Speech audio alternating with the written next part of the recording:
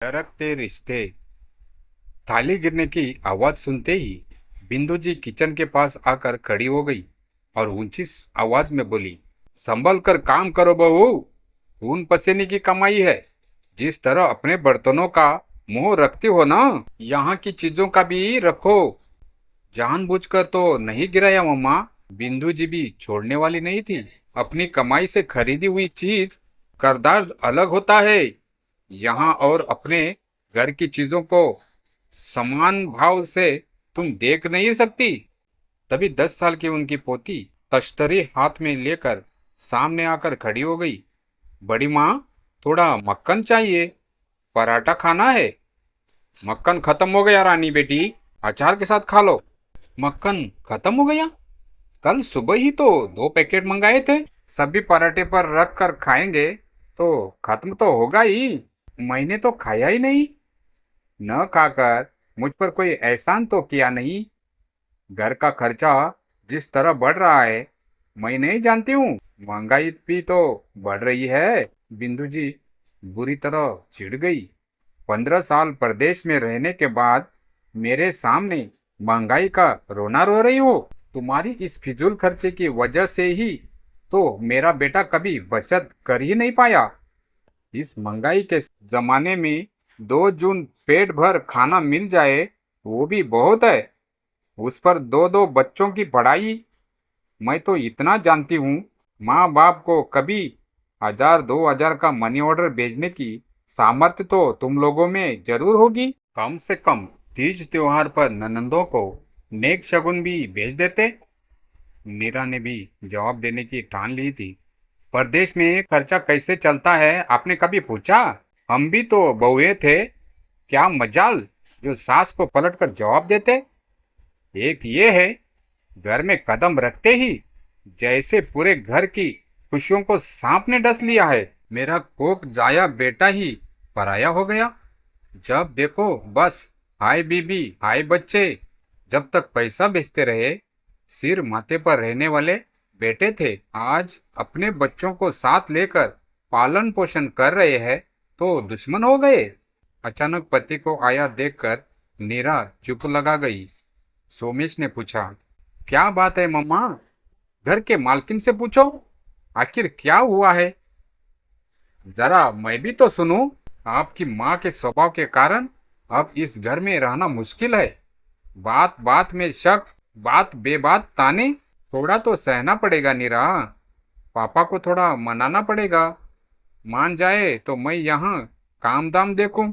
जिसकी कोख से जन्मे हो उसी के स्वभाव को तुम नहीं समझ पाए। इस घर में आपकी माँ की इच्छा के विरुद्ध पत्ता भी नहीं हिल सकता। आप जो सोचकर चले हो ना कि हम यही रहेंगे, वो तो पूरा होने से रहा। पूरा दिन घर का वातावरण खींचा खींचा सा रहा। नीरा कई बार खाने को पूछने गई, लेकिन बिंदु तब आई जब सोमेश के पिता ने उन्हें कड़े शब्दों में आने का आदेश दिया।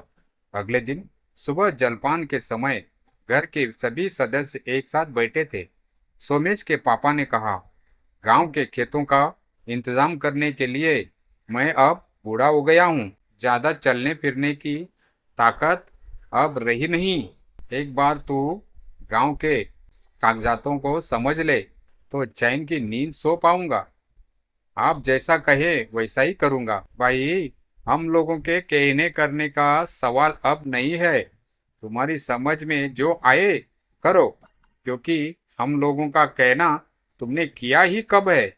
मसलन अपनी कमाई में से लेन देन की बात ही ले लो। जो कमाया वो उड़ाते चले गए। हमें तो कभी कुछ दिया नहीं। इस बात का दुख तो मुझे भी है पापा। 4 लोगों के परिवार को विदेश में पालना और मेरी तनख्वाह तो आप जानते ही है। आपसे कुछ छिपा नहीं है। जिसे एक रोटी नसीब होती है ना, वो भी आश्रितों में बांट कर खाते ही है। बिंदु जी बीच में ही चिल्लाने लगी। खुद को मेरा आश्रित समझती हो मम्मा? तो मेरे साथ चलकर रहो। जिस चौके में 4 का खाना बनता है वहां 6 का भी बन जाएगा। लेकिन अगर तुम चाहो कि मेरी तनख्वाह में से 2 चूल्हे जले तो वो तब संभव होगा अगर हम एक वक्त खाएं और यहाँ मनी ऑर्डर भेजें तो इस नौकरी का क्या फायदा। बिंदु जी की परेशानी पर बल पड़ गया। मैं तो बार बार यही कहता हूँ, लेकिन आप लोग मानो तब ना। कुछ ना कुछ तो करना ही पड़ेगा ना। नौकरी से इस्तीफा दे दो। क्या लगी लगाई नौकरी छोड़ दोगे? तो फिर क्या करो? एक को तो छोड़ना ही पड़ेगा, लेकिन एकाएक नहीं। बीवी बच्चों को कुछ दिन यहाँ छोड़ो, 2-4 महीने अपने साथ रखो, बीचों बीच में जाकर देखभाल भी करो, आमदनी और खर्चा मुझे बताते रहो। और एक बात, वो क्या? जो खर्चा बढ़ेगा उसका इंतजाम भी तुम्हें करना पड़ेगा। सोमेश ने थोड़ी नाराजगी जतलाई। आपको मकानों का किराया मिलता है, खेतों की आमदनी है, पेंशन आती है, इतने पैसे में क्या घर नहीं चलेगा? आड़े हाथों में वो ही पैसा मेरे हाथ आएगा, बाकी बची मेरी पेंशन, उसमें तो खर्चा चल ही नहीं सकता। आपको अपने आड़े वक्त की चिंता है। जरा सोचिए, मेरे बच्चों की पढ़ाई लिखाई शादी ब्याह कैसे होगे? शहर में खाने पीने की तकलीफ सहूं और आपको पैसे भी भेजूं, और आप मेरे बारे में कुछ भी न सोचे। आपने फोन करके मुझे बुलाया ही क्यों? कल तक तो आप दूसरी बातें करते थे। रात भर में माँ ने आपको ऐसी क्या पट्टी पढ़ा दी कि आपका रवैया ही बदल गया? थोड़ी देर बाद सोमेश ने अपनी बेटी को पुकारा। जाओ, अपनी माँ से कहो अपना सामान बांधे, आज शाम को हमें भोपाल के लिए निकलना है। ये क्या कह रहा है? 4 दिन बाद होली है, लोग बाग क्या कहेंगे? लोगों की छोड़िए, आपकी पत्नी तो खुश है ना? मैं खुश हूँ। और क्या यही सब करने के लिए तो आपने जाल बिछाया है? जाल मैं रच रही थी या तेरी बीवी? शुरू से ही अकेली रहती आई है, सास के साथ कैसे निभेगी? हर सास अपनी बहू के लिए ऐसे ही कहती है। दादी भी तो तुम्हारे लिए यही कहती थी। वो तो अमृत पी कर आई थी। अमृत पीकर तो तुम आई हो, इसीलिए तुम्हारी किसी से नहीं बनी। सास ससुर देवरानियां किसी से नहीं बनी। दुनिया के लोग कई बार अपने परिवार के लिए गैर जिम्मेवार हो जाते हैं, लेकिन तुम तो अपनी संतान को ही ठोकर मार रही हो।